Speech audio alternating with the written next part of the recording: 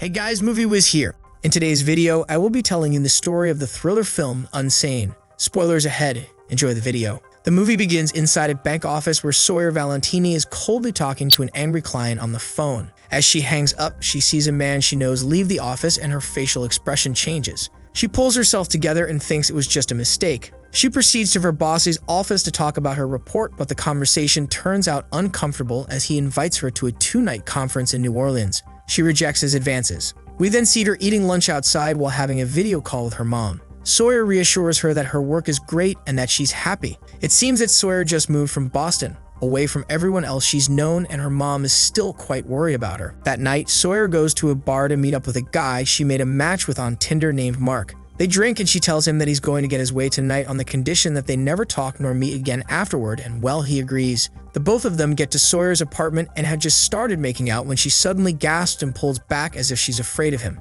Mark is bewildered and tells her she was the one who initiated this. Sawyer runs to the bathroom and takes her meds while Mark leaves. The next day, Sawyer decides to go to Highland Creek Behavioral Center, one of the names she came across online as she was browsing for support groups for stalking victims. We learn that she was stalked prior to the events in this movie, forcing her to change her phone numbers, emails, and her lunch hours. She expresses all these to a counselor, adding that taking out restraining orders against her stalker has become normal for her, and even disclosing the fact that she has thought of killing herself in the past. After the session, she fills out all the forms necessary as the counselor told her to and is ready to leave, but the receptionist tells her to stay as there will be someone to inform her of the next steps. This frustrates Sawyer as she knows her job here is done and that she really needs to get back to work, but is even more aggravated when a staff member leads her to a room and starts checking her bag, saying it's just standard protocol. The staff member then leaves the room with Sawyer's bag. She tries to go after him but is suddenly stopped by Nurse Bowles, who locks them both inside and tells the dumbfounded Sawyer to strip down to her underwear. Nurse Bowles tells her this is so they can check her for identifying marks such as scars and moles as part of the nursing assessment. Sawyer is now trapped. After changing into a hospital gown, Sawyer hesitantly takes the pills Nurse Bowles gives her. The nurse finally leads Sawyer to a room with a few patients inside. She refuses to stay, but Nurse Bowles tells her that she signed and consented to a 24-hour voluntary commitment, even though Sawyer's counselor practically told her those forms were just routine. She asks if she can call her family, but instead calls the police. That night, when the police do arrive, the front desk gives them the forms that Sawyer signed, therefore proving that she is not being held against her will. Sawyer stays in the room where a patient named Violet keeps taunting her and calls her Allison. Violet threatens to cut Sawyer with a blade she keeps hidden under her clothing. Another patient named Jacob touches her inappropriately, so she kicks him and screams and bangs the door to be let out. When one of the staff members opens the door, Sawyer comes face to face with the same man she saw in the office earlier and smacks him instinctively. She instantly realizes it was a different person, but the other staff members have already dragged her back to bed and injected her with a sedative. The day after, she has a talk with Dr. Hawthorne. Relieved that she finally gets to talk to a real doctor in the facility, she confidently tells him she doesn't belong in Highland Creek and that she has a strong support system consisting of friends and family outside to help her, but Dr. Hawthorne insists that she still is a danger to herself and others and that she is going to be observed for 7 more days. One of the patients in her room is Nate Hoffman, a man who seems saner compared to the others. He and Sawyer talk outside and he tells her the sketchy things that are going on in Highland Creek. He says that the facility needs to admit as many patients as they can to fill their rooms and get their money from the patient's insurance, even if it means forcing the patients to be confined. They eventually let their patients go when they're cured, or in this case, when the patient's insurance company can't pay any longer. Despite all this information, Nate still comforts Sawyer and tells her to just hold on and keep herself calm for 7 more days. She'll be out easily as long as she waits. The patients are doing their nighttime routine of lining up and taking their pills, but as soon as it's Sawyer's turn, she freezes at the sight before her.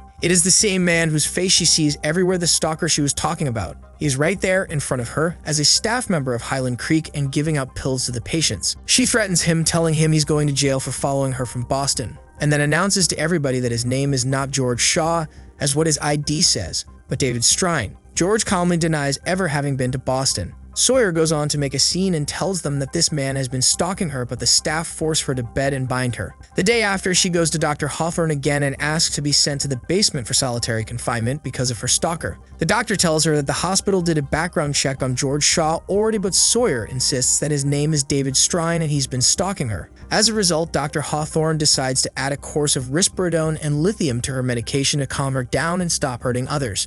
She accuses the doctor of not protecting her. During the nighttime medication routine, George sneakily shows Sawyer an envelope addressed to Angela Valentini, Sawyer's mother, implying how he knew about her current whereabouts. Sawyer freaks out about the fact that he's been to her mom's house and stole her mail and again ends up sedated. She threatens Nate the next day, telling him she'll expose his phone smuggling if he doesn't lend her his phone, so he agrees. Sawyer explains her current situation to her mom over the phone and finally confesses that the reason why she left Boston was that she had a stalker. Soon after, Angela arrives at Highland Creek and demands to have her daughter out. She is received by the administration, who tells her that the hospital is not doing anything wrong and that the patients always turn out better than when they first entered. She finally gets to meet Sawyer and have a talk with her. She assures her daughter that she's going to find the best lawyer and get her out of Highland Creek as soon as possible. She's not going anywhere, as she's staying in an inn just 2 minutes down the road. Angela goes to the police, but they can't take any action unless she has proof that there's something illegal happening in the facility. In addition to that, the lawyer she contacted informs her of the law in Pennsylvania stating that a patient can be committed involuntarily without a court order for 7 days.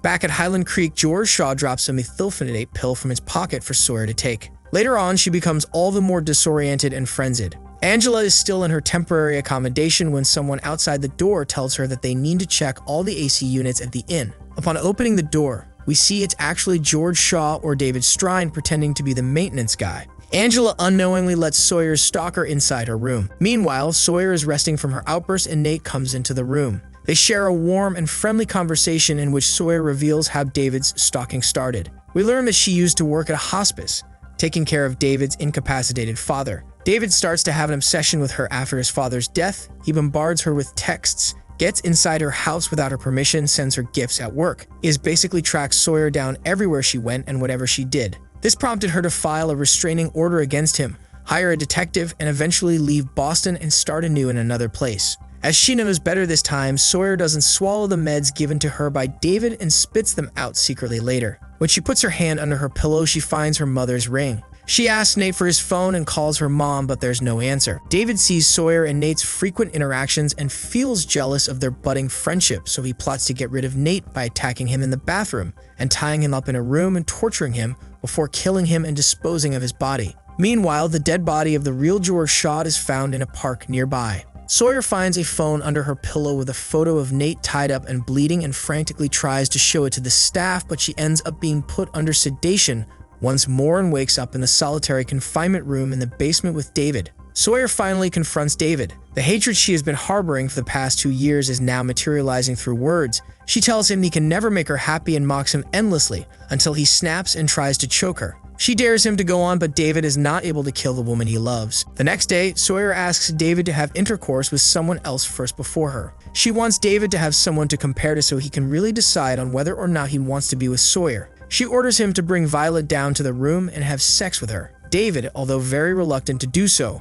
manages to bring Violet inside. As he attempts to rape her, Sawyer jumps in and starts becoming intimate with Violet, all while grabbing the blade that the latter has been hiding in her pants. As soon as she gets it, Sawyer stabs David in the neck and escapes. David gets up and breaks Violet's neck, while Sawyer watches from the other side of the door. Horrified for her life, she runs away from the facility into the woods, but David finds her there first. When Sawyer returns to her consciousness, she finds herself in the trunk of a moving car with a big garbage bag beside her. In an attempt to find anything that can help her get out of the trunk, she opens the bag, but is overwhelmed with a stench. She takes a look inside and finds a dead woman's body. As she looks more closely, she sees that it's her mom with her cross necklace on. Sawyer wails in agony and takes her mom's cross while David drives away. Now armed with Violet's blade and her mom's cross, Sawyer jumps out of the trunk and runs away, but David catches up to her and finally breaks her leg to keep her from escaping any further. Meanwhile, at Highland Creek, Nate's death is on the news. It turns out he was a journalist doing undercover as a patient so he could write about the hospital's insurance scam.